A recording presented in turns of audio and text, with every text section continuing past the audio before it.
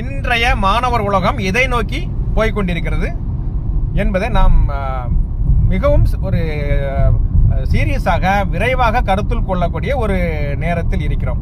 ஏனென்றால் ஒரு மாணவன் ஒழுங்காக கடமை உணர்ச்சியோடு கண்ணியம் தவறாமல் ஒழுக்கம் நிறைந்து ஒரு மாணவனாக இந்த சமுதாயத்தில் வெளியே வந்து சமுதாயத்தில் மிக்க மதிப்பும் பெருமையும் பெற வேண்டும் என்றால் அந்த மாணவன் எவ்வாறு வளர்க்கப்பட வேண்டும் என்று அதை நாம் கருத்தில் கொள்ள வேண்டும். எவ்வாறு வளர்க்கப்பட வேண்டும் என்ற ரீதியில் நம்முடைய அதாவது நம்ம கல்வி தரத்தை பொறுத்த மட்டில் ஆசிரியர்களும் மாணவர்களுடைய முன்னேற்றத்தில் ஒரு பெரும் பங்கு வகிக்கிறார்கள். எப்படி பெற்றோர்கள் தங்கள் குழந்தைகள் வளர்ச்சியில் ஒரு முக்கிய பங்கு வகிக்கிறார்களோ அதேபோல் தான் அந்த ஆசிரியர்களும் தந்தையின் தாயின் ஸ்தானத்தில் இருந்து அந்த மாணவர்களின்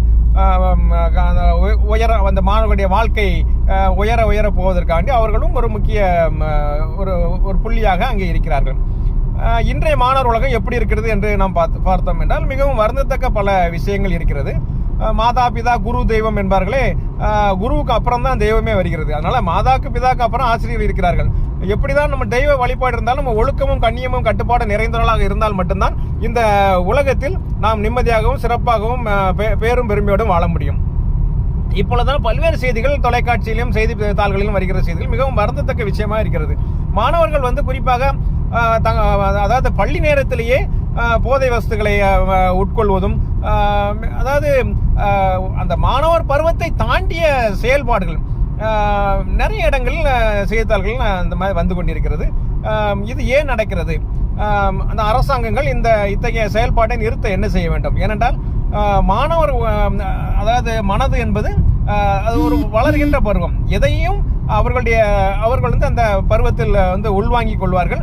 எதையும் ஈஸியாக பயின்று கொள்வார்கள். அது கெட்டதையும் சரி நல்லதையும் சரி. அப்போ நல்லதை மட்டுமே பயிற்றுவிக்க வேண்டிய கடமை ஆசிரியர்களுக்கு மட்டும்தான் இருக்கிறதா அல்லது பெற்றோர்களுக்கும் உண்டா, இருவருக்கும் சேர்ந்து உண்டா என்பதெல்லாம் நாம் தீவிரமாக கவனத்தில் கொள்ள வேண்டும். ஏனென்றால் பெற்றோர்கள் பள்ளிக்கு அனுப்புவதோடு தங்கள் வேலை முடிந்து விடுது என்று நிறைய பெற்றோர்கள் நினைத்துக் கொண்டிருக்கிறார்கள். ஆனால் அது அப்படி உண்மை அல்ல.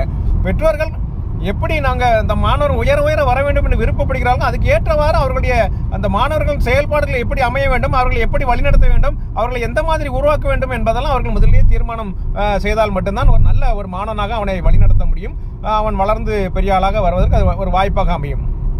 ஏனென்றால் இப்பொழுது நிறைய மாணவர்களை ஒரு தீய பழக்கத்துக்கு அடிமையாக நிறைய விஷயங்கள் இப்போ செல்போன்ல இருந்து ஆரம்பிச்சு அங்கே எத்தனையோ விஷயங்கள் இந்த மாணவர்களை ஒரு தவறான பாதைக்கு வழிநடத்தும் ஆயுதங்களாக புள்ளிகளாக அந்த இதெல்லாம் இருந்து கொண்டிருக்கிறது.